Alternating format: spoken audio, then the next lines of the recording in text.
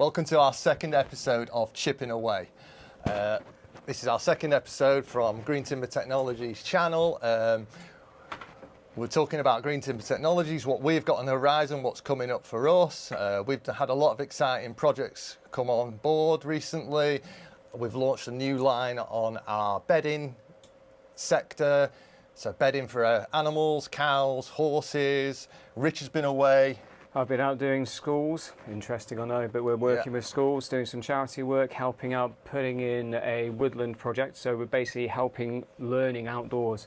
So it's a local school near us where we've gone down, we've laid chip, we've donated a load of wood chip, and we've been in clearing the area. So that's something else you're going to see, which is going to be, there's only about 2 or 3 weeks left of the project, but it's looking really good. So we're really moving forward with that. So really exciting, really exciting what's going on. Richard's worked really hard on the school project.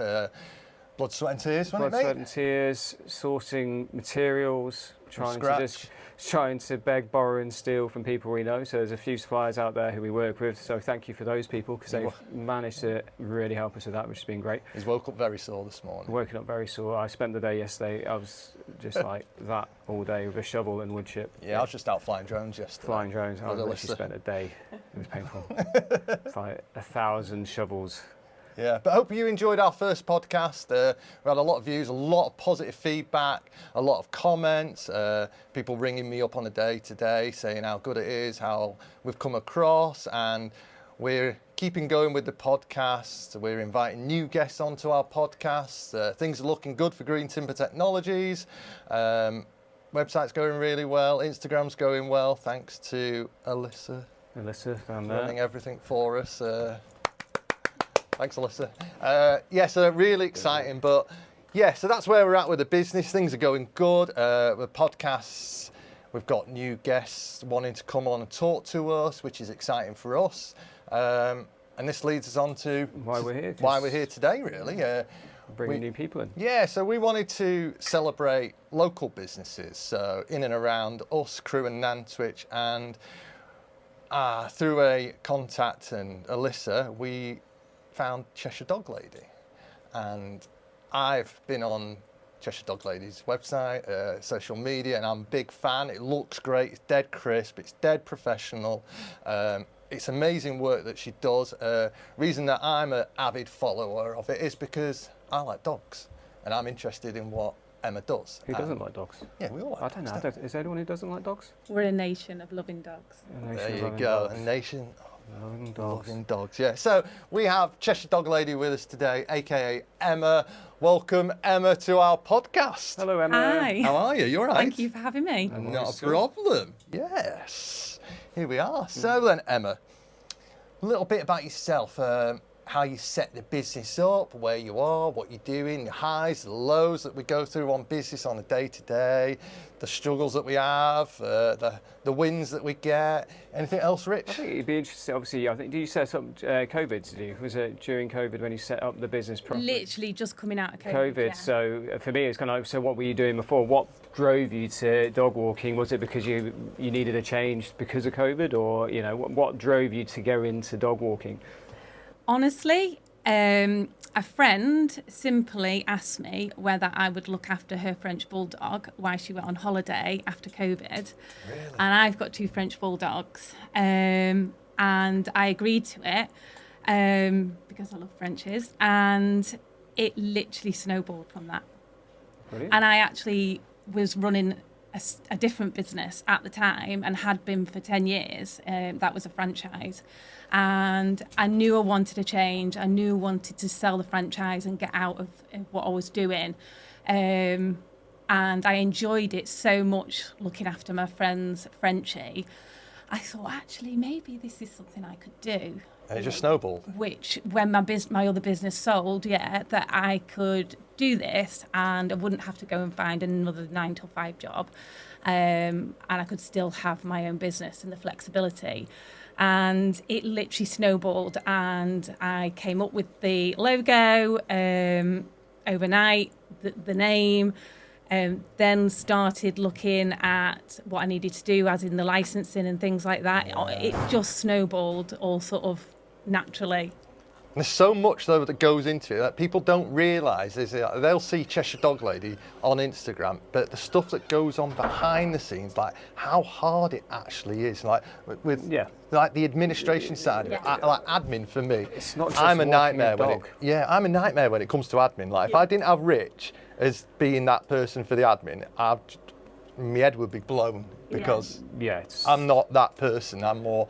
Honestly, people haven't got a clue. No, they haven't. A lot of people think I'm just sat with my feet up all day cuddling dogs, and there's so much more to it. It does sound nice, to be fair. Just sat there like yeah, it does. Yeah, and it can appear that way sometimes. Yeah, it can though. Yeah, but there's so much more to it. The licensing is quite a difficult process to go through. You know, you do have to jump through certain hoops, and there's many policies that you have to write from scratch, and there's no support through that. There's a little bit of guidance, but it's literally been self-taught. I mean, I love it. I love the brand, the Cheshire Dog Lady. I love what it's about.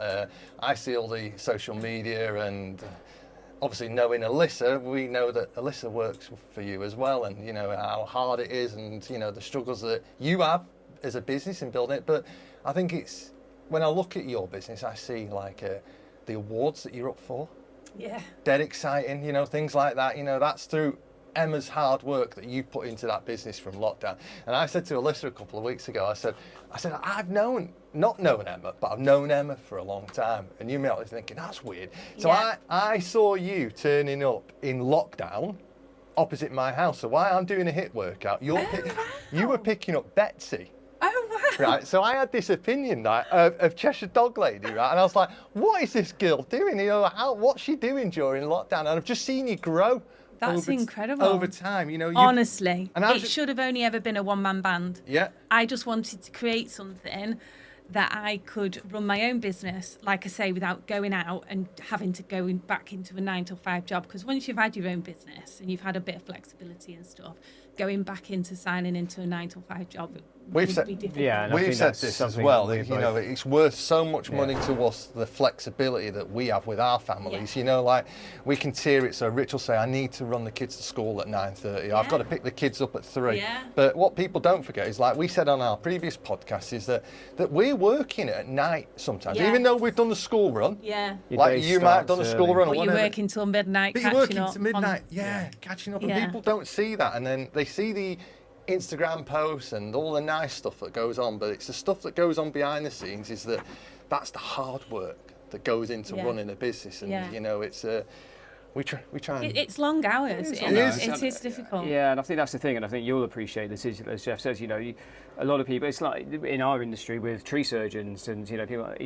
They're not starting work at 9 o'clock in the morning. They're starting at 6, 7 when the sun comes up. As soon as you've got your coffee. And they're out there, and then they're getting home. And again, like us, you know, they have families. You know, they have other things they need to do, but they'll do that. Then they'll sit down at 8 o'clock, 9 o'clock at night. That's when they'll then do their books and look through and make sure they've got their bookings and scheduling and buying the materials they need. All those. It's not a 9 to 5 that we're in, and yes, it's flexible, but actually the hours you do are a lot more than just a 9 to 5, because you're constantly like this. You're like us, we're constantly in the evenings getting emails, checking emails, looking at invoicing, looking at, you know, the social media, all these things, and replying to people, you know, trying to just be, you're constantly having to move forward. I think that's the beauty of your own business. You are working hard, but the end goal, you know, is because it is supporting you. You've got no one else, you know, before you're working for someone else, and you worked hard, but you could get a little you'd feel a little distant sometimes if they weren't supporting you, or you know, you'd start feeling a little undervalued. Whereas now you've only got yourself to. Yeah, there's lots of pros and cons, because what people don't see is I haven't just got my job to do like you guys when you go out and do your job. There's many hats that we have to put on all the time. I have to be bookkeeper. I have to be the marketing person. I have to do my own social media content. And you do all this yourself as well, don't you? You do all of this. I do all of it myself. Yeah, which is phenomenal. When I was speaking to Alyssa, she said, I said, who does Emma's social media? And Alyssa went, it was Emma. I was like, Emma does it by herself? He goes, yeah, done it all by herself, didn't I? I was like, we've got Alyssa to do this cool stuff for us. It's time-consuming, really time-consuming. And massively, and you know, we've got experience. I've got experience in doing, you know, I used to do a lot of the social media for companies I've worked for in the past. So it's not that I don't have the experience, but what you find is you are your focus is taken away from the main goal, which is us as business owners. For us, is kind of having the ability to just go out, because you're constantly and as you say, you've been growing. And you've always got to make sure you're looking for the next, nothing stays the same, nothing will stay. You've always got to move to make sure your sight is on the next customer, or, the next dog in your case, the next owner who needs your help, because you're always going to be replenishing. Someone will fall off the back, so you always need that next person already there, so that you're constantly going forward. And that takes a lot of time. There's a lot of time involved in just keeping that momentum as well. To keep the business moving forward takes a lot of time. You can't just spread yourself too thinly, or else you just burn out. So what have you got exciting coming up, Emma? Very excitingly, actually, that we have got coming up is that we've got our Cockapoo HQ opening in September. I saw this. So I saw this on social media, and hello, Miss Tynan, by the way. Heather and Dan. Yeah, it's Miss Do you Tynan. know Heather and Dan? I know, as a teacher for my children at school. Oh, of course. You're an excellent teacher, brilliant, by the way.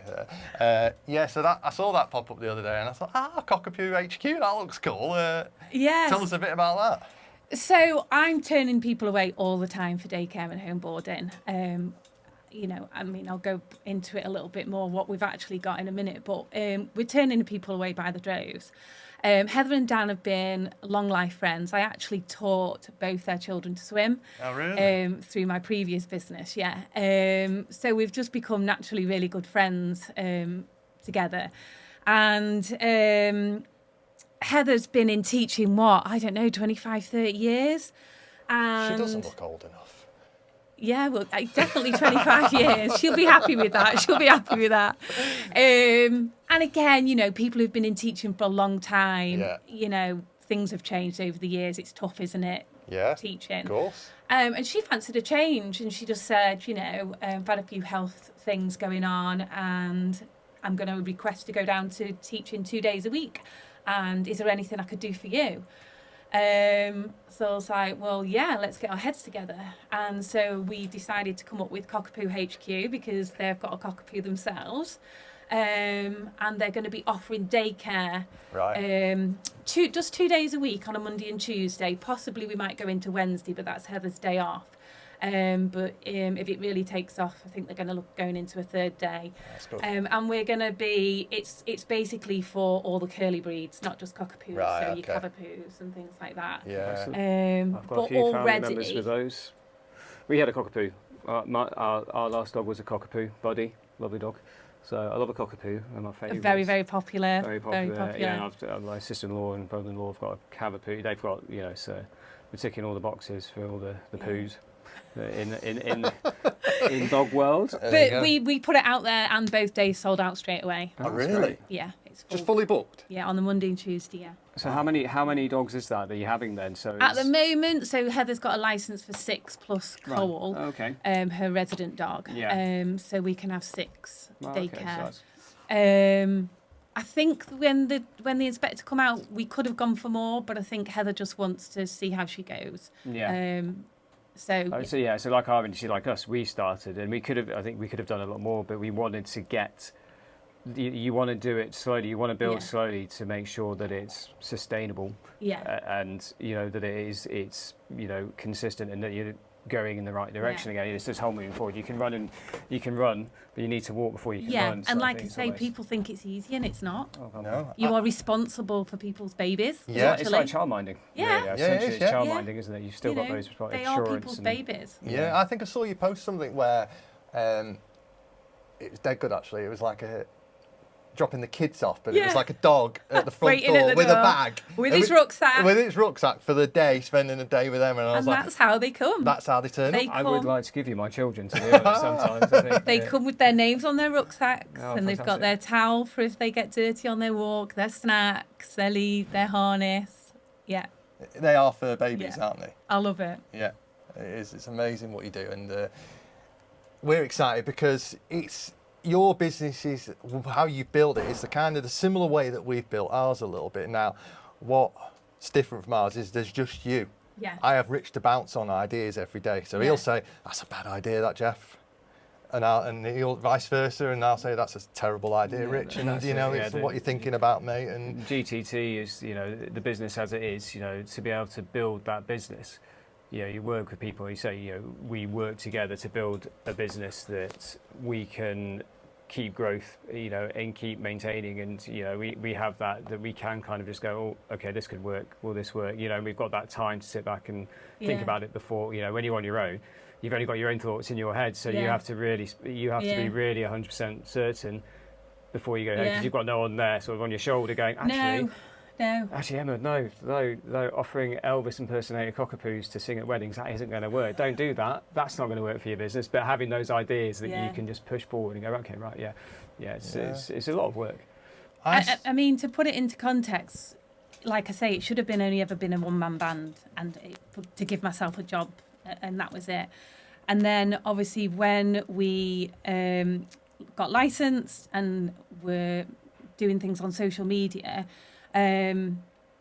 we soon quickly obviously grew, and then before I knew it, I was fully booked in daycare and I was fully booked for boarding, and then the inquiries were coming in for dog walking, and I was like, I'm really sorry, I don't offer dog walking because I'm here in daycare full time, so I can't come out and leave the dogs to go dog walking.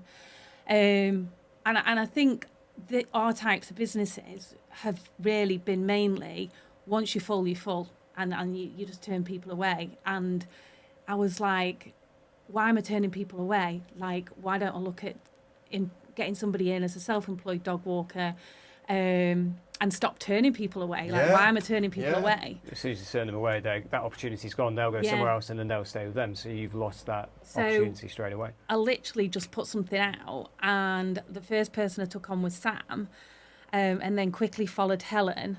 And now I have 19 ladies go out every single week for me, dog walking. In and around Crewe and Nantwich. Yeah. And how many dogs do they have each of them? Do they take 3 or 4 at a time, or? So we only offer solo walks.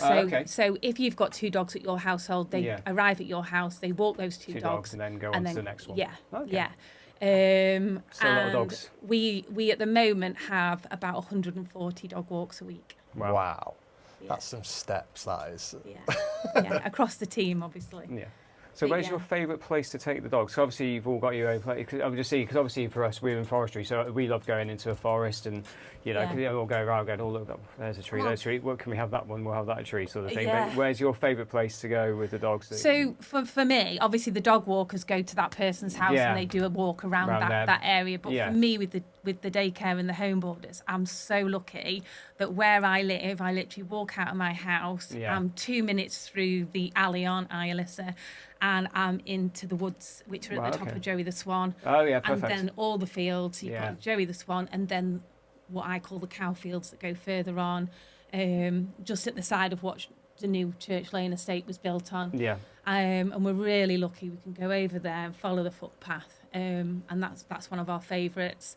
Another one of our favourites is Queen's Park. It's right on our doorstep. I mean, what a beautiful park to walk around. Amazing. So if it's not a very nice day or the winter, we do spend a lot of time in the winter in Queen's Park. Yeah. So we're not completely muddy. There's always so much going on at Queen's Park. If you ever get caught up in the park run in the morning, if you go on a Sunday morning by mistake and you forget the park runs on, you've got 1,000 people running around the park run. You've done it. I did it. I did it with Charlie when he was a baby. I was in this push chair, so I did it with the push chair doing the park run around Queen's Park. Yeah. Good times. So yeah. Exciting. When I used to run. Not anymore. Look at it. Yeah. I don't need to run now. I don't do the running now. I just do the hard labour. I just do labour. Performance athlete. It's enough, isn't it? Full on performance. Yeah. But yeah. So we let me think about it. When we set up our business, we kind of we set up a 5-year plan.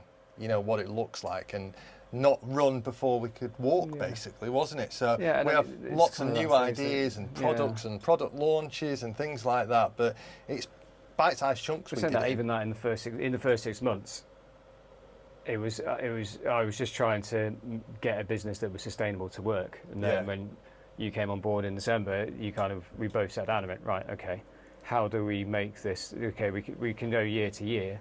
As you say, it's like these bite-sized. So it's making it attainable, not massive steps, but those little incremental steps that will just keep giving you that little bit extra. Like you say, you started yourself and now you've got, 19 dog walkers. So to get from there to there in sort of 4 or 5 years, that's a big thing. Yeah. You may only take on one every few months, one every 6 months, but that little step each time and suddenly you're here from here. So it shows the growth. And giving local people, Emma's giving local people an opportunity to work as well. Yeah. Which is great for the youngsters, the middle-aged people that are wanting a job that are coming up to retirement. You're giving these people an outlet to walk dogs, which is great anyway. But giving them an opportunity to get out there and keep motivated, keep exercising. You're providing the dogs healthy exercise as well. And, we champion anything like that. I think it's great what you're doing. I like to see it. Rich likes to see it as well, don't you? Yeah, and I think this is it. Local business growing and things. It's been a really good opportunity because I don't think there's many jobs that have hours to suit mums that want to drop off in the morning and pick the children up from school.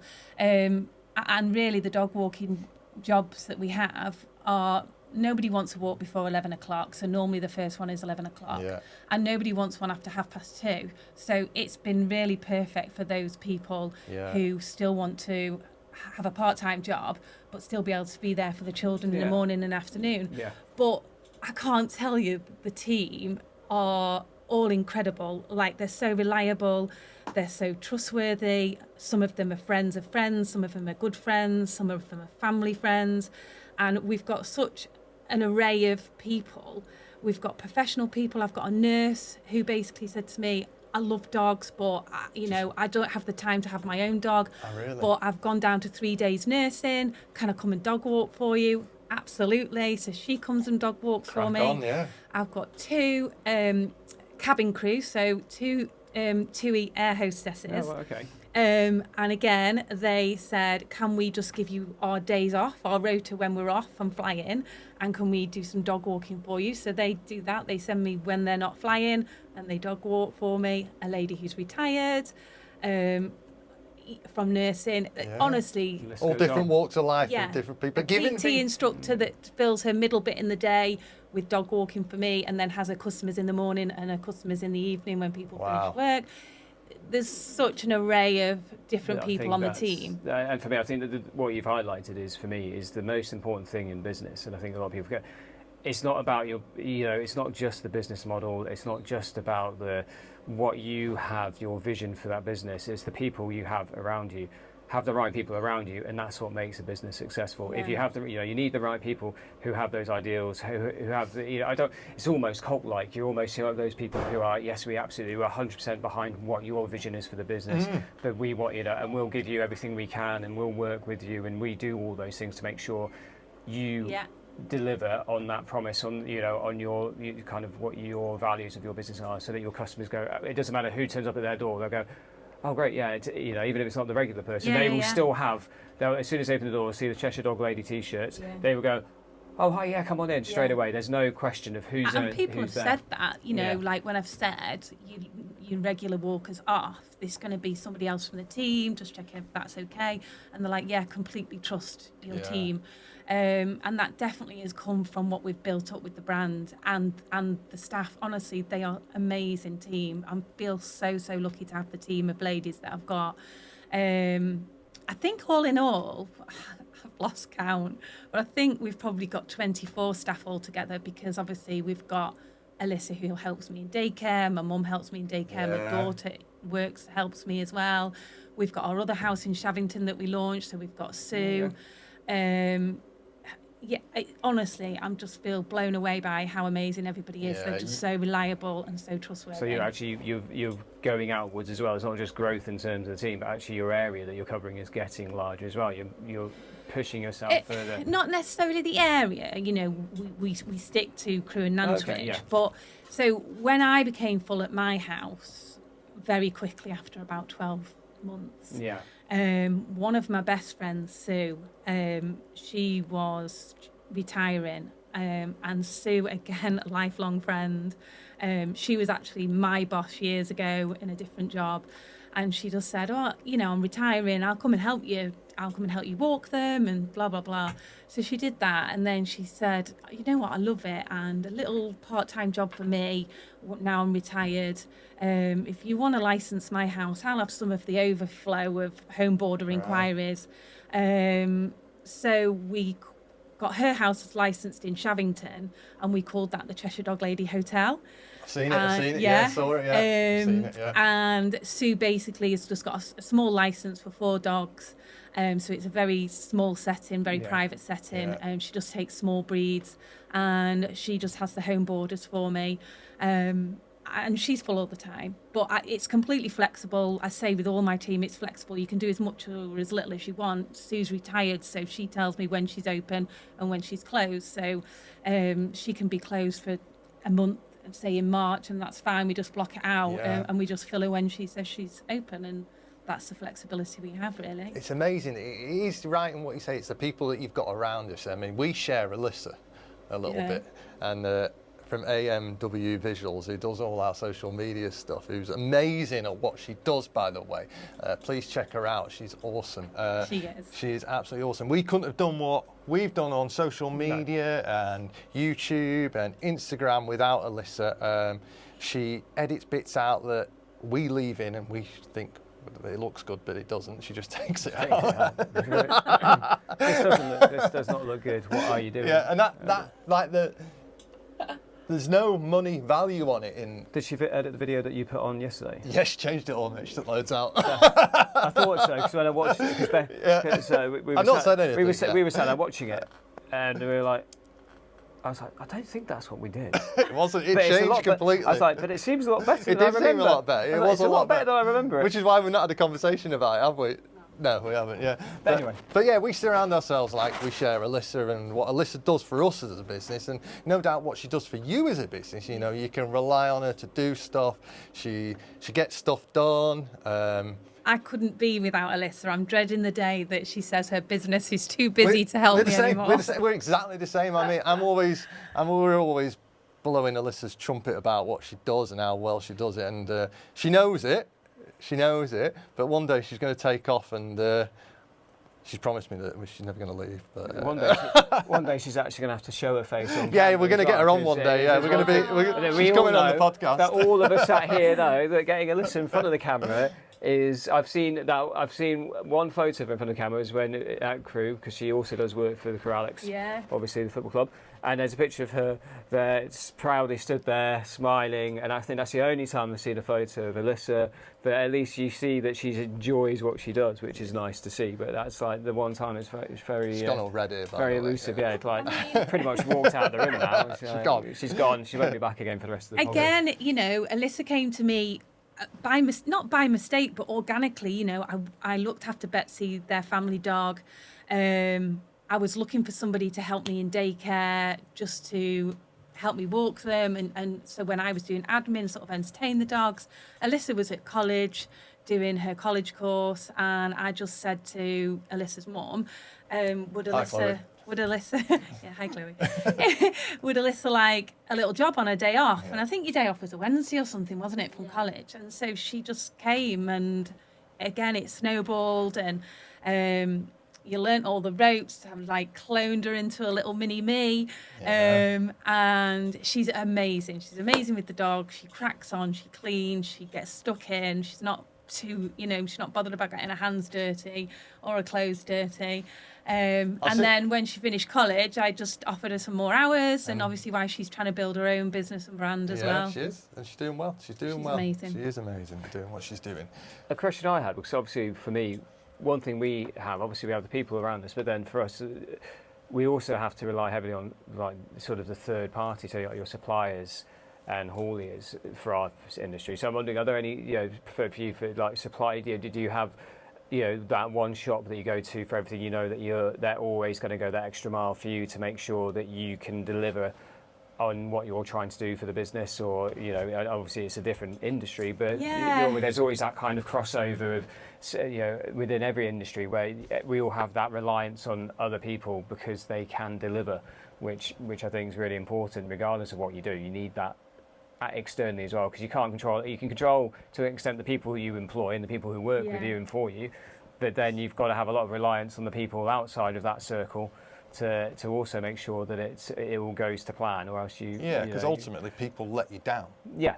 That's what happens. Yeah, and no one wants to be let down. No. And then ultimately, like our customers don't want to be let down, and it's the same. Your customer is your dog owners, and the last thing you want is for them to turn around and say, "Oh well, for whatever reason," and you're kind of like, "Well, it's not my fault, and it's not the girls. It's someone else who's." We're pretty lucky, really, because for what we do, I don't actually rely on any suppliers. Oh, okay. But in terms of not being let down or anything like that, like the worst case scenario for me is if someone's genuinely poorly within the team or they can't do a walk.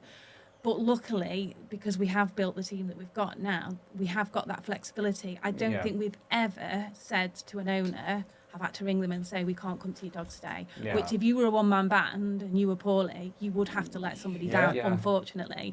Yeah. But we've got the flexibility that I can put it in the staff group. 9 times out of 10, somebody will step up and do it, which is amazing. Or I can always get either a lister to come into daycare or my mum come and sit with the dogs in daycare, and I go out and walk the dog. There's no one ever let down, technically, touch wood. Seamless. So we're really, really lucky like that.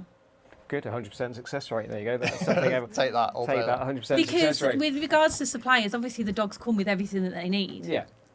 And we don't supply food either. They have to stay on their own diets, otherwise there would be diarrhea. You can imagine, can't you? So they come with all their own stuff. Yeah. So, I mean, I've got some favourite brands that I've, really championed and tagged them endlessly. I keep thinking I'm going to get some big deal one day, and I know never have. They're coming, Emma. They're never coming. have. Drop it on the podcast now. Drop the names. Although recently I did get one with Cheshire Canine Creations. I don't know if you've heard of them. Was that the one who did the biscuits? Yeah. I saw them. And they designed our own branded biscuits and said, will you do like a taste test and tag us in and blah, blah, blah. And actually, from that post, they got so many other dog walking companies asking them to make some branded biscuits to give to their customers. I love the way they look with the branding, because it had your brand on the biscuit, didn't it? And you were feeding all these different dogs, weren't you? On the doing a little taste test. I needed a little microphone to get their crunch, really. But needed a listener to do some ASMR on I did think that. But yeah, I'm just waiting for some big brand to say, like, will you work with us? Because, like, for cleaning, like, I'm constantly cleaning. Yeah. Like, and people will say to me, what do you use? Obviously, I've got artificial grass at the back. If I had £1 for every time someone messaged me and said, what do you use on the grass to clean or keep it fresh and keep it not smelling of urine and things like that. In the winter when we're walking the dogs and they've got their like little waterproof fleeces on. Yeah. Or again, the amount of times, where are they from? What brand are they? Yeah. So, but maybe it's big deals yet. Maybe it's CDL merch time's coming. I know. Do you know what? What a great idea! You can have that one. That's something I know a lot about as merchandise from my previous life before this. And we thought about it recently, haven't we? We don't really do anything merchandise. I think that's because for us, up to now, we kind of just like, well, this is who we are, and people see us for who we are, But branding, and like you're saying about the biscuit, something as small as that. When you're doing branding, because obviously branding is important for any business in any industry, anywhere in the world, whatever you do, having a brand is an identifier that people can then come to you. They'll look on the shelf. You can have products where if there's no branding, it may be the best product in the world, but people don't want to spend their time going up to the counter going, oh, I'm looking for this. It's like, I'm not looking for this product. It's really good. It's this guy to do it. Which one is it? They just want to be able to walk in, see it, and go, right, thank you, and walk out. Yeah. That's and that's what branding does, and it's the same in any industry. The biggest brands are the ones who have pushed forward and not allowed bad press. Good press. They've just made sure that whatever they do, their brand, their logo, their name is there all the time, regardless. Even bad brand. Even I remember a good one from a branding point of view, JCB. So back in the early noughties when they had the Millennium Dome and they had the big jewel heist. there was obviously there was the big thing where these guys wanted to they broke into Millennium Dome, but what they did was they used the JCB digger, and 24 hours later, JCB had that photo. Oh, because of the digger. And said, JCB, the only thing that will get through Millennium Dome. They used that picture, that image, to advertise, even though, the only thing, that's it, I think it was JCB, the only thing that didn't go wrong in the jewel heist was because the only thing that worked properly was the JCB getting in there. But, they said the only thing that didn't go wrong, and you kind of go, well, brilliant, it's taking whatever's happened, but it's mad how those little things can go viral. Yeah, it's amazing. Yeah, and that's 20 years ago. 20 or 23 years ago that happened. So you think where we've come from there with social media and opportunities. Why not? Go and get some. You can buy dog leads. You can buy 15 dog leads, have your brand put on it. And sell the brand. You can do all these things, and you can do it more and more now. Companies are doing it in smaller numbers to make it more accessible. Because it used to be when I was working in sports merchandise, in the early days, everything was 250, 500, or 1,000. Within 5 years or so, it'd come right down because even the biggest sports football clubs, they didn't want to commit to buying 1,000 branded dog leads. They said, well, we just want 250 dog leads. Can you do that? Or so you can do stuff like that in a way that is accessible, even for the smallest businesses like ours. We can do mugs and t-shirts and caps and buy them 4 or 5 at a time, and and be able to do that to promote our business. Yeah, I mean, you never know. Watch this space. Yeah, merch coming soon. Cheshire Dog Lady. Watch People out. say to me all the time, "Whatever next, Emma?" And I'm like, I actually don't know. They just come up in my head. It just happens, doesn't it? It's like we've recently gone into horse bedding and cattle bedding, and I did a post a couple of weeks ago with a laughing horse. And I went to the stables, and this girl said to me, she goes, "I've got a horse that laughs." And I was like, "No way, you've got a horse that laughs." And she did have a horse that laughs, didn't she? And I walked around the corner to see Jeff just laughing at his There's phone. a horse. Laughing, and I was like, "What's so funny?" And then there's this horse just there with the biggest gums, and I was just like, "That's amazing." But the amount of thousands of people that have viewed that post, it's just unreal, isn't it? And I think it's things like that people enjoy that sort of thing. They do. They enjoy seeing it's got. Oh yeah, definitely. So our social media is very different than your social media. I think I like yours because it's crisp, it's dead precise, and it looks really professional. Be careful what you say because Alyssa's here. Oh yeah. Whereas ours is all of them things as well, but we've done it slightly different. So we do a lot where we're talking. And people like it, don't they? They do. When we're talking and I'm like, it's just me and Rich walking around Nantwich, posting a video about what's coming up. Sometimes more of it's about when we're on site. So if we're out on a site visit, because obviously a lot of the time you're on the site, people are seeing the wood chippers chipping, or the diggers, being the moved. Tractors, and that's what they like a lot. They like the machinery, and they like seeing the working machinery and stuff like that. So we try and encompass that in what we do, just because it's got an association.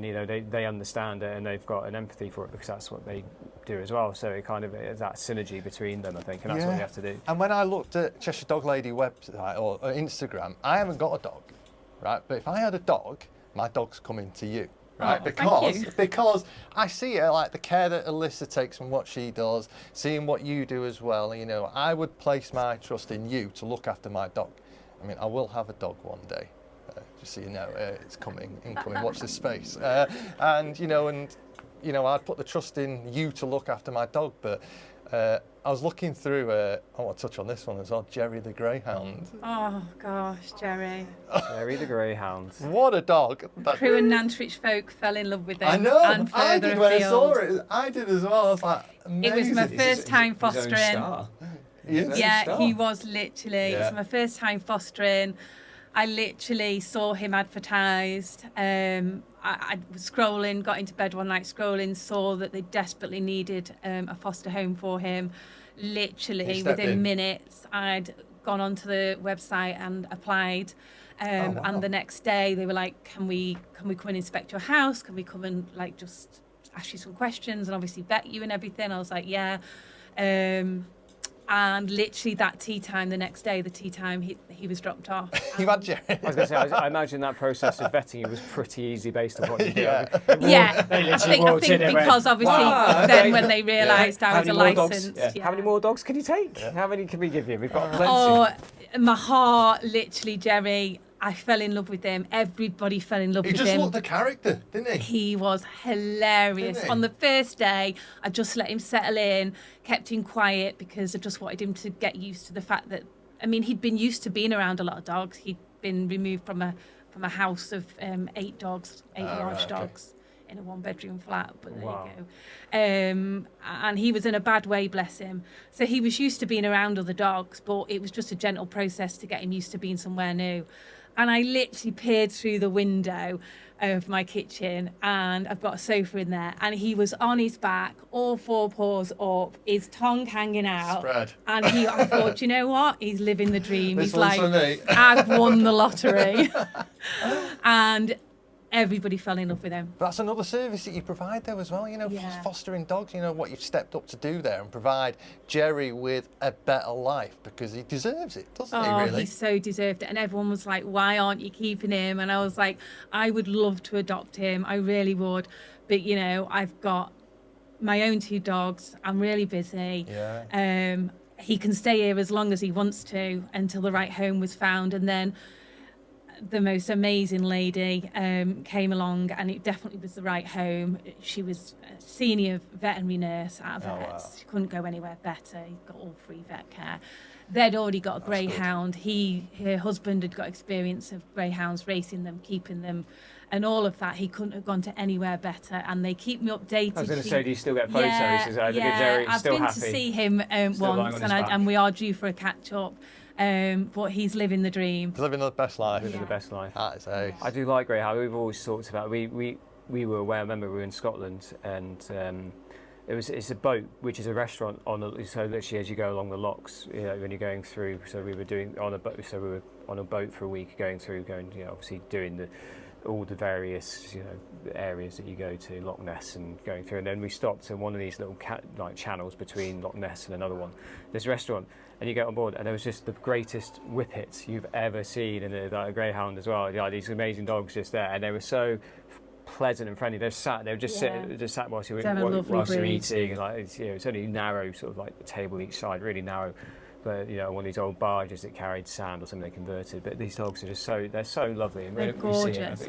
They're such lovely dogs. Because of their breed as well, like people think that they do, because they're, you know, renowned for being a racing dog, and they think that they all need all this exercise. But as much as they can be a racing dog and have loads of energy, they're actually a very lazy breed. They would sleep all day. Oh, really? Oh, yeah, they would happily sleep all day. That's why they make a rabbit go round first. There Because they have to chase something else, they will all just sit there and go, There is a dog breed I Need want to something to talk chase. about today. Oh, Hey. Working Cocker Spaniel. Have you seen the things online, you know, where they strap like a GoPro to a working Cocker Spaniel and they go from 0 to 100 miles an hour and just run around the field? Are they all like that? Yep. Are they? My friend's got Yeah. one. He's got a working... The males more so than the females. The females are definitely calmer. Really? Yeah. He's yeah, got a female definitely. working Cocker Spaniel, and the thing is just 0 to 250 miles an hour all the time. And is it working as a working dog? No. Yeah, you see, this is the thing, you know, everybody's got their own opinions and stuff, and but they are a working dog. So Yeah. the energy that they have to burn is unbelievable. They're not really made for a house dog at all. it needs to be on a farm or Yeah, just out on the land. Yeah, but they are a very popular Yeah. house dog now, and that's fine. And we do have them with us. They're becoming very, very popular. When I first started, all the inquiries were a lot of flat-faced breeds or the cockapoos, cavapoos. But actually, recently, a lot of more cocker spaniels. But yeah, bundles of energy. I like the breed. Good character, and you know They're so clever, they are. so clever. Our friend's dog, I don't know how it just manages to escape Oh. all the time. The trackers he has to have put on, Wow. the fences around his garden, the dog. Yeah, is, they're so agile. it's you like see. Houdini. I don't know how. We don't Yeah. understand how it gets out all the Yeah. time. It's literally just disappears. But Oh, they've got a new fence now to put in. oh, have they? There's a new plan. Oh, There's a new plan. When I was there last week, there was a new plan. Is there? There is a new plan. Whether it works or not.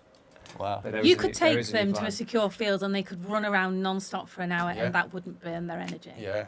My friend says as soon as it gets a scent, and it's Yeah, you see, yeah. It's gone. got. Well, it's because If it's it's like off the bloodhound. lead. We're working dogs are also dogs that are, you know, like hunters or, you know, hunting dogs.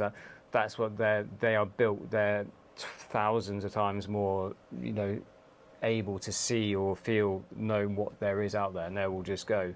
Like the scent, but it's the same. It's like Jack Russell. So my sister had a Jack Russell. They had a Doberman and a Jack Russell, and the Jack Russell was the much louder, sort of more, just like wanting to be out all the time. But that's because again, Jack Russells are, predominantly they're a land dog and they want to be outside. So there's a whole host of breeds which you kind of see more and more people own, but actually, as you say, they're not to be, their place is on a farm, or that's kind of where they were, and that's where they started because they were just out all the time. Or you need to be prepared to put the time in to train. Yeah. And it won't be a quick walk around the block in the morning for them. Yeah, of course. So if you're looking for a family dog, what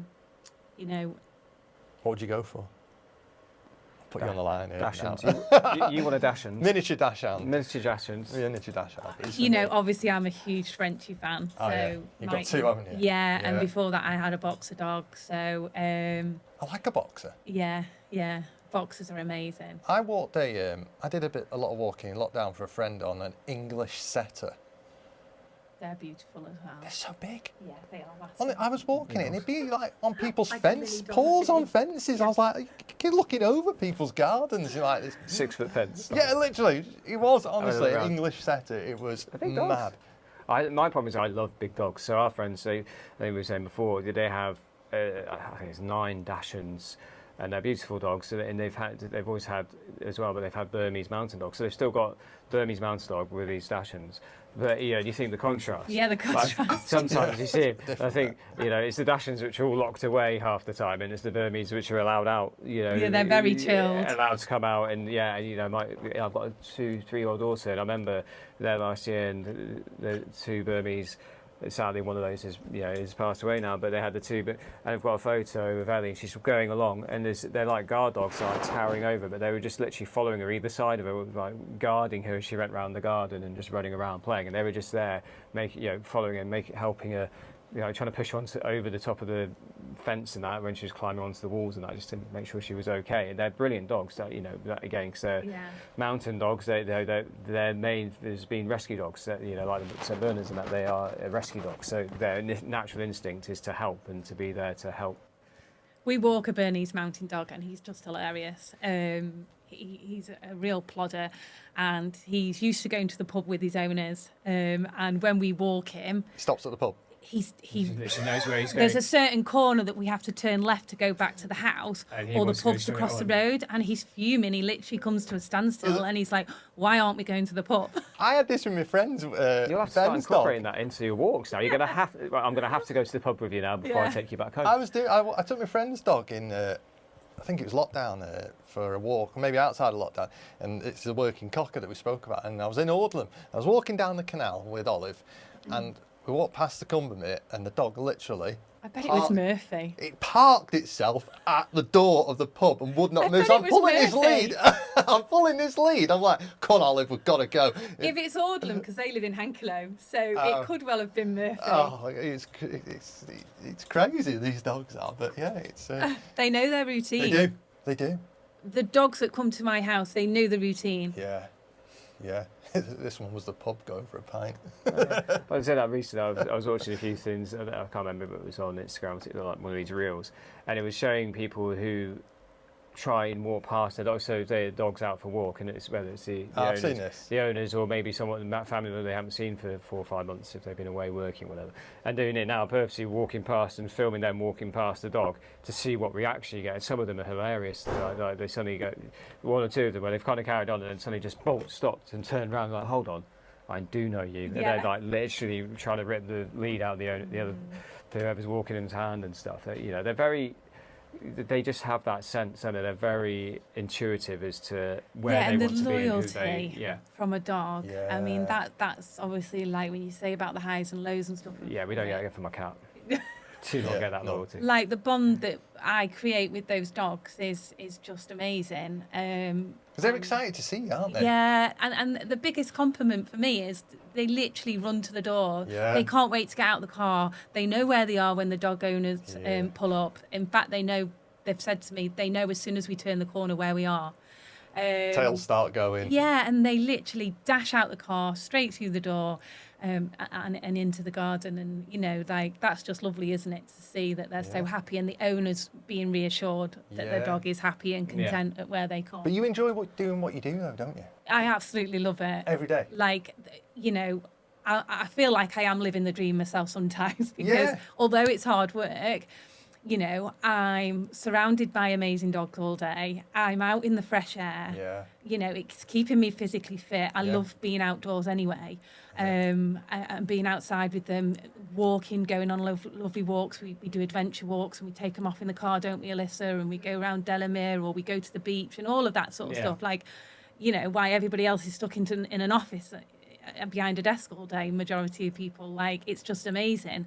Literally, the dogs are having better time than their owners, aren't they? Yeah. The owners at work, or whatever, they're out living the dream. Yeah, and we come up with the Adventure Day suggestion because and that took off. And every time we try to do one a month. We haven't been able to do it because of the heat.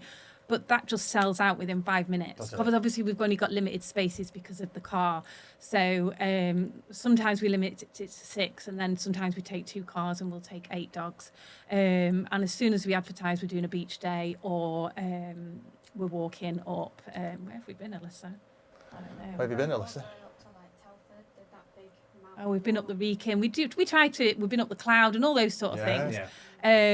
And people just literally say, can I put my dog on? Like, it's a day out for them. And it sells out straight away. Have you ever thought about doing one where you have the owners there as well? So you kind of like on a Saturday or Sunday, so do kind of like we're going to do this, we're going to have like a day where we're all going to go to the beach, right? You know, and all the dog walkers, you know, all the dogs that you look after, all the owners, to say, right, we're going to do this, let's go and have like a big communal day out with the dogs and just have a really fun.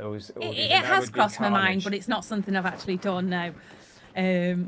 Because again, time and there's something like a beach rave. Beach rave for dogs with all the dog Cheshire Dog Lady beach rave. So Alyssa can organise it. There's a new job for you to do. Organise a beach rave for the dogs. I said to my dad this week, I said, I've got a CDL coming on the podcast, and he went, what position does she play? I was like, position? CDL. Thought you were a footballer. That's the next one. Next one. Well, next one. Footballer. But yeah, so it's all going well for Cheshire Dog Lady. Amazingly well. Yeah. Amazingly well. And we've never advertised, and I think that's like quite amazing that we've never ever paid for any advertising whatsoever. It's all been word of mouth. Same as us. So all been recommendation. So we set up. We've done no advertising. It's all been word of mouth, and it's very powerful. It is, and I'm eternally grateful every day I wake up for what we do. Yeah. That there's highs, there's lows, and everything, but the work that we've put into what we're doing as a business is paying off. Yeah. Because the word of mouth, and you know, we don't advertise. We've put a lot, you know, we put a lot of time into it, and you know, and initially, and again, you know, because the first period, there wasn't a lot. It was kind of just, the first 3 or 4 months, you know, I was just trying to make sure that we could get the material delivered to the customer, and I wasn't out looking for lots. I wasn't out looking for lots of suppliers. I'd found some new suppliers that I really wanted to work with, that I felt like these are suppliers that were, you know, it's not even in our area, to be honest. The ones I was working with predominantly were the other side of the country who I was working with, but that was just because of where our customer base, where they're based. So that's why I did it. But as we've then over the last 6-7 months, what is it now? It's all 8 months, you know, since Christmas now, we've really just gone, right, okay, and done that, and the organic growth, and I think that's the thing. And it's the same for you. It's about, you know, and that's the thing. And what we do, you do, the synergy in what our industries have is there's, you know, we have to be organic. It's about the fostering. You know, it's about making sure that, you know, we're taking materials which are being pulled down and making sure that they can have a second use almost. You know, when you're fostering dogs. Those dogs who some people said, well, that's their end of life, and you've gone, well, no, I want to make sure that dog's given a new life. You know, it's very powerful because those, you know, those dogs, we have seen that, you know, dogs, especially and cats, you know, it's very animals, whether it's dogs, cats, horses. A lot of the times, these animals, there's so many which aren't as lucky who don't live, sadly, who they have no option because there's just They can't stay there. They can't stay where they are. You know, and we've seen that, and you see the stories. We know what the RSPCA are doing. You know, an amazing organisation who do so much hard work. You know, the first few cats I had, I had cats again, living on my own for a period of time, so I didn't have anyone say I couldn't have a dog, so I couldn't walk it. So I had a cat. But that cat, bless him, Merlin, I got him in 2005 when I got my first house. He only passed away years ago. He was like 23, 24-year-old cat. Good age. It's like a tortoise. If it wasn't for the RSPCA working with a great family who lived in Macclesfield who were doing that work and making sure that they were finding foster homes, I wouldn't have found him and taken him, and then he ended up having a really amazing life. But you've got this is another big issue. Yeah. All the rescues are full. Yeah. They're struggling big time because everybody got a dog in COVID. I'm not quite sure what people thought they were never going to go back to work again. I'm not sure. It was all puppies as well. Everyone was going out buying puppies. They're all puppies, aren't they? And then all of a sudden people couldn't cope with them. They didn't realise how hard work it is. It's like having a newborn baby, and you've got to teach it things, and you've got to train it, and you've got to put a lot of time into a puppy. And then all of a sudden, obviously, everyone had to go back to work. And even if people have got genuine reasons now for having to rehome their dog, they can't. Everywhere's full. Yeah. It's a shame. Like they desperately need foster carers, like more foster carers. It's just crazy. Population overload. Yeah. It's almost like you see in China. People laugh. Was it in China or where they had any family could only have 2 children. It's because of overpopulation, and it's almost that needs to almost be right now. There needs to be something done to stop overbreeding, because clearly that's the thing. People are breeding multiple times, and actually is that an issue that needs to be looked at? Because people have seen it as a money making thing now. They see it as money. They're not seeing so expensive to buy a dog. And actually that's the big thing. And that's the other thing as well. They're breeding. People can't afford. We've been going through a financial crisis in this country, which is the other thing in terms of us as having businesses that we're having to navigate. Cost of everything going up for you. It's you don't have the capacity as much as you're trying and you're building, and that's why your growth is happening. Is because the capacity to be able to help as many people as possible. Who some of those are probably in that position where they can't have the time where maybe they thought they did, and so they need people like you and your company, your business, to help get them out of a situation where either they would have to get rid of the dog if they didn't have someone like you who was able to come and help them make sure that their dog was walked and looked after in the day when they're not there. Just reminds me of that old slogan. Do you remember "A dog is for life, not just for Christmas"? But it's very it feels like that. But COVID, that's what it was, wasn't it? Christmas COVID, that first Christmas, it was just, and they massively pushed that, didn't they? RSPCA at the time, I remember they massively pushed that. During COVID, because there was such a big boom during that year that by Christmas RSPCA were going, we've got to stop. So they tried doing something then, but it's it swings and roundabouts, isn't it? Because I feel so lucky that through a cost of living crisis, my business has gone from strength to strength to strength, and from something so awful like COVID has created my business to go boom. Yeah. But you're providing a service though, aren't you? Yeah. That's the key bit to it, and it's a great service for people, for them and their dogs, which are their fur babies, which are important to them. Nobody wants to use kennels anymore. No. I mean, people will, but why is that? Why is that? What's happened? Have you ever been to a kennel? I've been to. I've noisy, dirty. I'm glad you said it, not me. That's my opinion. I have and you know what? They do a wonderful job, and they have to have a license like I do from the council, so they have to be vetted, they have to be inspected. Yeah. But at the end of the day, it's a kennel. It's most of them are a concrete slab. 2 by 3 foot concrete slab. The staff finish at 5 o'clock, and no one's back until 9 o'clock in the morning. Such a shame, isn't it? Yeah, and I had to recently drop a dog off at a kennel because we had this dog over the Christmas period, but we were closing on the 28th, and they weren't coming back off their holidays until after New Year's. And they were like, will you go and take them to the kennels for the last few days? Yes, no problem. God, it broke my heart. Because every bone in your body going, I need to take him home. I can't leave this dog. The howling, the crying, the barking, as if to say, is this my owner coming to collect me? Wow. Like dog prison. And I was just like, oh my God. luckily, I've never ever used kennels for my dogs. Yeah. And, you know, even years ago when I had my first dog, the boxer dog, Bruno, we never ever wanted to put him in kennels. And back then, you know, I'm talking good 25 years ago, maybe. Yeah.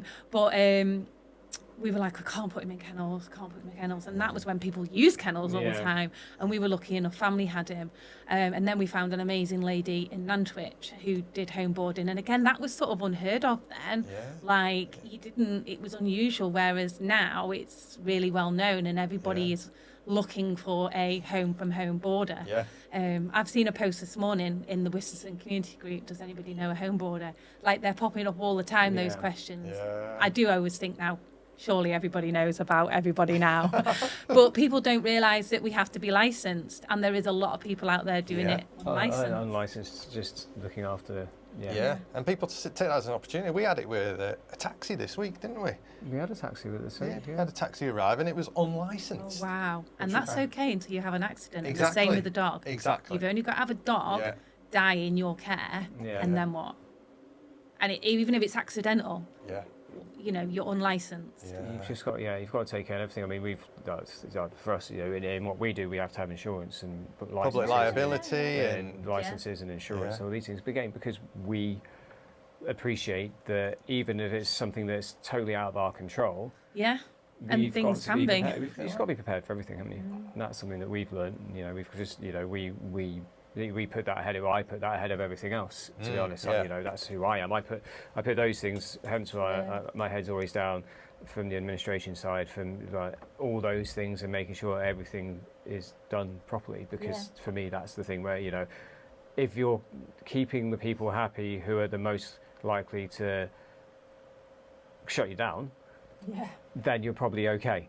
And you know accidents happen. You look after those people, and they do happen. And it's like a child can become ill in nursery. Like, a dog could be dropped off healthy on day 1, and it's with me for 2 weeks, and on day 10 it becomes really poorly. It's a huge responsibility, and it can give us as home boarders, you know, I speak to other home boarders, and it gives us a lot of anxiety, because we are responsible, even if it's nothing to do with, you know, any of our care. Our care's top notch. It's 5-star. It's premium. You know, we can't. People could become ill. Dogs become ill. You know, like a child. Scary. Like a child going to nursery. You drop your child off to a nursery, and your child becomes sick on day 5. You know, it does happen. You know, it's happened to me. It's happened to you. No doubt. Yeah. No, I don't know. Probably numerous times. I imagine so. You don't know when one illness is. You know, you just don't know where it comes from, because children are they're just all together mingling. So you know. Yeah, and in terms of like accidents, you know, like the dogs are playing all the time. They might scratch each other, or you know, they might fall funny on their leg and then start limping, and you're like, oh my God, like, you know. And even if you're not involved, I mean, so for me, we've just got back from holiday, and was it the first week we were there? Yeah. It was the first week that we were on holiday, and so my wife and I and the kids are in the pool, in the kids' pool. Next thing, we turn around because there's noise, or we were just getting out of the pool, I think, and this small child's dragged out of the swimming pool, and he was drowning. You know, his eyes had rolled back, foaming at the mouth. You know, from your previous job. Nightmare. So my wife is a nurse. She's a nurse. You know, unfortunately, where we were, although she's got over a decade's experience as a nurse in the NHS, they weren't listening to her because they just wanted to wait for the doctor to arrive. So she was screaming at them, "You need to keep doing CPR." Oh no, he's breathing. No, he's not breathing properly. Keep doing CPR. And then it was like, "Where's the oxygen? You need the oxygen." Well, he's breathing now. No, get the oxygen. And then this little boy, you know, he just threw up. As she said, she was obviously stood over him by that point. You know, it'll probably haunt her for a long time. It haunts me. I was stood there with this boy's little baby sister because the mum had just dropped to her knees, absolutely distraught, catastrophic, and just literally thrown a child to the side. It's your worst nightmare. So I'm stood there with a screaming, crying child, 2-year-old girl, probably no older than maybe 1.5, 2, and I'm just holding this girl. Totally different country, totally different, you know, it was, you know, they were, you know, totally different religions, laws, all these sort of things. So, you know, it was very difficult. We were told after that he's okay, and, you know, we were told everything was okay. But it was something that even in my, she said, even though I'm trained to deal with this, I was still like shocked, Of course, yeah. because she hasn't dealt, she doesn't deal with children. But she said, but then immediately, the next thing I had to get back to our 2 children, because in her head she's like, I had to make sure they were okay. Like that maternal instinct. Yeah, Which is the same, with pet owners, anyone with a pet, that instinct is to make sure your own, if you're in a situation, you turn around and go, are you okay? So if you had, I've witnessed a dog fight before where one dog's clamped onto another's head when we're out at the park, and it's like a family dog and stuff. Yeah. And then you immediately turn around, because we've got the dog with us, so we're walking a dog ourselves, and you turn around and go, are you okay? Have you been, it's everything's going on. I mean, safety is a massive thing, isn't it? Yeah. And like for us, safety, people come and look round. Yeah. And I say to people, safety is our biggest priority. When your dogs are staying here, we're double gated. So if you opened the front door, there's then another gate before you come into the house, because God forbid you've got a dog in the kitchen and somebody opens the front door. There's the baby gate there that they've got to get through another gate before they could even get out the front door. Yeah. And the same at the side door. We're actually triple gated there before you even get into the garden. Right. And again, when we're out walking, we're responsible for those dogs. Yeah. And we'll get so many. I can be walking with Alyssa. We've got 8 dogs, 4 each. So we've got a pack of dogs that at the end of the day, they're dogs. Tribe of you out there, isn't there? And we can be going across the fields, and they can be off lead, but if we see somebody, we'll get them all back on the leads, and people will not put their dog back on the lead, and then their dog is approaching, and I'm having to say, can you put your dog on the lead, please? Yeah. Oh, it's okay. But I'm like, I know, but you're coming towards a pack of dogs, and it's only got to take one of them to react. Like, I know all my dogs in this pack are fine, but this is a new dog approaching us, and then if it all turns into a big fight, we're then trying to control 8 dogs plus another dog. Yeah, that's not on a lead. People just don't understand.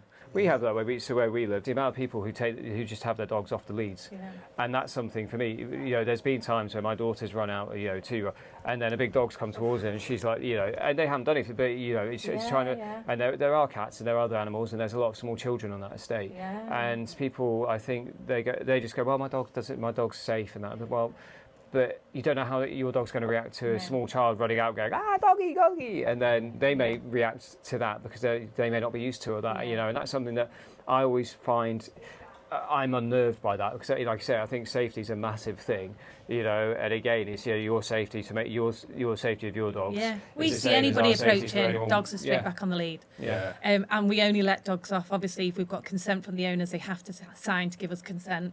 Right.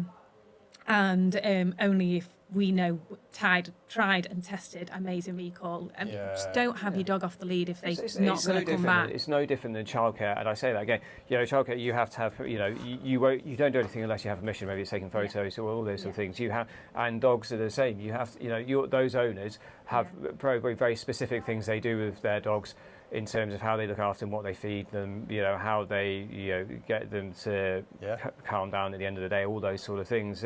Whichever squeaky toy is their favourite to just chill with. Yeah. You need to be able to replicate all of that for every single dog in your care. Yeah, they all have a little care plan. You don't know what. Yeah, they have a care plan. Literally, yeah. CDL care plan, which is brilliant. But I think that just shows that, and this is this duty of care, and this going back to the very start when we talk about, well, you're just a dog walker. Well, there is so much more that you have to undertake aside from being a dog walker, which I think a lot of people don't appreciate. Go, oh well, look what a job. They'll see your posts, and I've got a friend of mine, Laura. She's a dog walker over in in Congleton. We're neighbours. And I think people just see the posts and they'll see, oh look at the oh, it's nice dog walking. Oh, well, they don't appreciate the level of work that goes into the background. And I think that's the thing that I've got much more of an insight into what you do now through talking to you today. And it's just a snapshot, really. It is just a small little section that we're talking about today. But the purpose of our podcast was to get that message across and support a local business. Because that's what we're trying to do. You'll walk out of here and you'll support us moving forwards now. Even though we're in different walks of life and do stuff, but it's local business. We're Crewe and Nantwich. We'll promote you. you guys will promote us and what we do. But it's also, there are synergies, and I think that's the yeah, thing. You know, absolutely. People go, well, why speak to Emma? What is her relationship to what you do in woodchip? And well, it's all around. There is a sustainability element in what you're doing. Yeah, definitely. There's an element of understanding that actually the outdoors. For us in our industry, everyone's outside. They're working. It's understanding that job. It's a lot of the time. It is good fun, and it is great fun, and we don't deny that. What we do, what you do, our tree surgeons that we work with, all those people, the farmers, the tree surgeons, all the people we work with, they do love their jobs, and that's why they do it. That's why you do it. Yeah. Yeah. But the bigger picture is that we're all working. We're all trying to work within what is an ecosystem that we're all trying to conserve. And what you're doing, you're taking dogs out for a walk, but you're making sure that your care of the area of where you go, you're making sure that everything is left as it was. These little things which and that's important. And I think that's what people need to understand, is that in any industry which involves the great outdoors, there is a respect for whether it's animals or trees or whatever. There is a mutual respect and understanding that we treat those as we would want to be treated ourselves. And that's the main thing, is that's how we move forward, is we just carry on work, and all of us, and we all keep trying to have standards up here, and all of us are providing those standards. Other people hopefully will follow those standards. They'll look at what you're doing now, and other dog walkers, people who watch this, will go, oh wow, okay, as you say, a little snapshot. But actually a lot of the stuff you said, they may go away, even if they should take one thing away from that and go, maybe I need to be a bit more mindful, because and that's true, and it's a really big compliment. I get messages all the time in my inbox from other dog companies saying, can I ask your advice? Oh, really? How have you done this? How have you done that? I see that you've got a team of people. I'm thinking of taking on my first person. How have you done it? And that feels good, doesn't it? Yeah, do you know what? And I'll happily give all that information for absolute free. My time. I've spent many time on a phone call to people in Nottingham, people down in Warwickshire, all over London even have messaged me and said, can I have a chat with you about how you run things? And it's a huge compliment, isn't it? Yeah. And I'll always give the time of day. Even local dog walkers will message me and say, can I ask how do you do this? But it's a huge compliment. And people will say to us all the time, our job, and me outdoors, like you say, everybody wants our job in the summer. Nobody wants it in the winter. So rain or shine, you've got to be outside. It's the winter. We're the same. And I love it. I love being outdoors. This platform gives you the opportunity to say about this, and you can see your enthusiasm for what you do as the day to day. It's like I am really proud of what I've grown. It's grown from nothing into quite a large dog business across Crewe and Nantwich. We have people travel from Manchester, all sorts, and have contacted me and said, can our dogs home board with you? We can't find anything like that round by us. I've just had 2 dogs go home, and they're from Altrincham Way, and they come and travel to have their dogs stay with me because they can't find anything in their area that's that is similar. That's mind-blowing. Yeah. That is mind-blowing. So it feels like you, as opposed to being a franchisee as you were before, you're going to find yourself getting in a position where you'll become the franchise, and you'll be the one creating the model that other people will take. I mean, people keep saying to me all the time, why aren't you franchising it out? The Warwickshire Especially, Dog Lady, the London Dog I know, Lady, it would be incredible. My accountant has even said, when are we going to have this discussion? I think we're having it now. And I'm like, don't you think I've got enough on, Andrew? Especially, I think, again, it's an organic growth, and that'll get, because they will get to a point where you can only do so much within your area, but from what you've said to us today, you have so much experience and so much knowledge that I think it's not I don't think it would be a risk for you to go, right, actually, I can provide this to other people and grow this network, even if it's just in Cheshire, because you've got this area here, but you've got West Cheshire, East Cheshire, there are other areas within this county, by the sounds of it, that could benefit. So from today, we've got franchisee Cheshire Dog Lady, we've got merchandise dropping soon as well. So there's a lot happening. So I feel, yeah. It's brilliant. So soon, Green Timber Technologies will become. We part could just of Cheshire Dog brainstorm. Lady. Yeah, we can do this. You Yeah, know. thanks. We're just going to become Cheshire Dog Lady as well. Yeah. So that's it. We're on board. Yeah. We're gonna. Brilliant. This is our next move. Is we're going to It work together blows going my forward mind as some well. days actually that we've grown from just me and one-man band to 24 members of staff. Yeah. We're about to open our third house. We haven't even touched on the wedding chaperone service. I mean, Yeah. that I could talk all day about that as well. So I take it that's it, where you will go along and make sure that if the So- dog's there for the special occasion, you're there. Yeah, to you keep know, it from your running dog's amok. part of your family. Yeah, You know, for a lot of people, it's their first baby if they haven't got children already. yeah. It's just become a really popular thing to do is have Yeah. your dog at the wedding. It can be tailored completely to how your dog is. So some people have their dogs as part of the ceremony, Yeah. ring bearer, or walking down the aisle with the bridesmaids, Wow. standing at the front with the groom, to I just want my dog there for some photos. And I think I was probably in my third year of business when I randomly got an inquiry. Never advertised it, never thought of it. Yeah. Would you look after my dogs overnight and would you bring them along for the photos? And I was like, yeah, sure. I thought this could be exciting. So I did it, and honestly, I absolutely loved it. And as you can see from my social media, I love doing videos and photos and stuff. And I did all my own little photos for the couple and videos that they could keep for their memories. And I did a reel on Instagram. And it just blew up. Did it? And that first year, I couldn't believe it. I was like, oh my God, I've done 6 weddings, like from nothing. And then, so that was, so that was 2023. Yeah. And then they all started flowing in for 2024. And I actually did 26 weddings last year. And I was like, wow, what a growth. And that was just organically from posting on social One media. Yeah. Well, and then every time I did a wedding, I did Yeah. another reel. Yeah. And this year, I've lost count, we're over 40 weddings. Really? That's brilliant. Like, it's unreal. And if I could do that every day, I would, because it's the most amazing job. And people will tap me on the shoulder at the wedding and be like, is this your actual job? And I'm like, Yeah. And they're like, what, actually you're paid? And I'm like, yeah. Yeah, I'm paid to do this. And they're like, wow, what a job. And it is, like, I'm Yeah. at the most happiest day of somebody's life. Yeah. Everybody's buzzing, everybody's happy. Yeah. Like, I'm always at the back choked up every single time because I just Right. find it just so lovely and emotional, Yeah. you know. And they've got their fur baby at their wedding, Of course. and they perform like you wouldn't believe. Yeah, I bet. Great fun. Yeah. Well, I'll take this opportunity to say thanks for coming Yeah, on our thanks, Emma. podcast. Emma. I've Thank you enjoyed for having me. every I've minute of absolutely it. loved It's been it. a blast. Like I say, you know, like, Taxi for leader. like I say, you know, for me again, it's that thing where I don't know. You know, I see people dog walking. Oh, that looks like a nice job, but you know, I've learned a lot. You know, it's been really insightful to understand actually. Yeah. You know what you've got to do, and there's Yeah. there's a lot of it. Also, it sounds like you've had so many opportunities that have come through this, more so than you did previously. It's become something far bigger probably than you ever thought it would do. Yeah.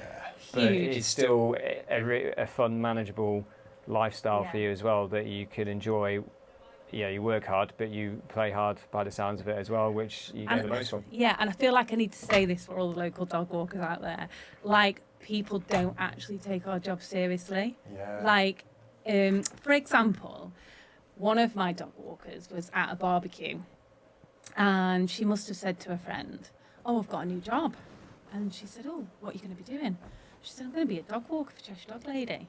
And this person literally spat their drink out and was like, oh, I thought you were going to say something really like top serious job then. Yeah. And I was like, why is it not taken seriously? Why do people not think like it's not a proper job? Like, Yeah. people actually don't. And it is a proper job, Yeah, and of it's course it is. become a huge business. Yeah. Right, and that's it. This is the proof here that this is not just dog walking. This is a massive opportunity that Yeah. if you do it well and you do it properly, you can really make something of it. Yeah. Yeah. So. Thanks for joining us Yeah, on thank Chipping you. Away, episode 2. Thank you We've for having loved me. every minute of it. Thank you, It's been thank you. amazing. It's been great. I feel like I've learned so much. It's a wrap.